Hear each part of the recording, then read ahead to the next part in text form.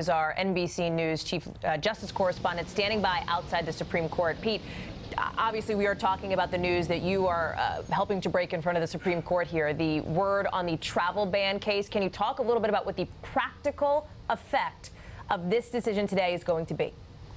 Sure. The practical effect is as follows. Number one, the government is already doing, in essence, the homework assignment the president gave the Department of Homeland Security. Spend 20 days and see how dependable the visa background information is from these 6 countries. It's actually, government actually started to do that last Monday because of an interim court ruling.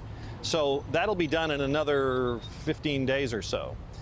Secondly, this is a partial victory for the administration because as a practical matter, if you don't know somebody, have a relative, someone that wants you to come to the U.S., or you're here to get a job, or you're here to study in a university, if you're not in one of those categories, then the government will enforce the ban. You won't be able to get a visa for the next 90 days. But already the government has been doing what they call enhanced vetting or extreme vetting for all visa applicants worldwide.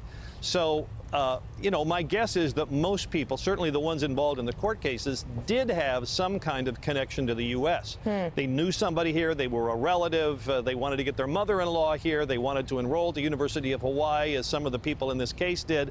So the government won't be able to enforce the travel ban against them, so there's no change there, but it will begin to enforce the 90-day travel ban against everybody else. And my guess is, strictly a guess, that's probably considerably less than half the people who wanted to get visas. So that's why we say it's a partial victory for the administration. And we don't know hard numbers on that, right, Pete? Correct. We've not seen hard numbers. Now, a couple of other things about what happened at the Supreme Court today, Hallie, that let's talk about if we may. Number one, no word about retirements. We were all wondering today if Justice Kennedy might say at the end of the hand-down session in court today whether he was retiring. No word. Typically, if a justice was going to leave, they would say so either before today or today. Doesn't mean we couldn't hear from him later today in a written statement or maybe some other time. But, you know, the more time that goes by, the less likely it looks like he's going to step down, despite all the speculation. Number two, the court agreed to hear a case from Colorado. There have been a whole series of these cases about people who provide businesses, photographers, florists, bakers for same-sex weddings, and they refuse to provide their services on religious grounds.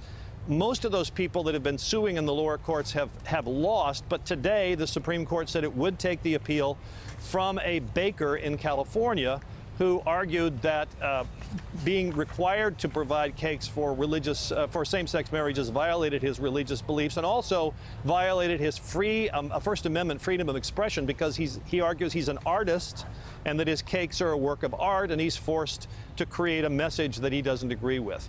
Secondly, the court once again today said it's just not going to get into the issue of gun rights.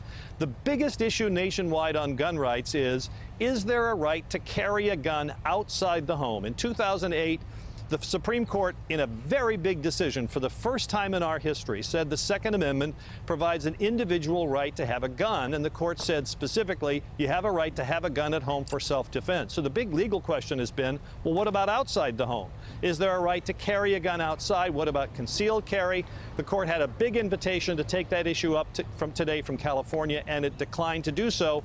And then one other notable case today, without hearing any argument, simply on the record, the court today overturned a policy in the state of Arkansas that said when same-sex parents want to list both names on the birth certificate, only the biological mother can be listed. This is in case couples that have a child through surrogacy.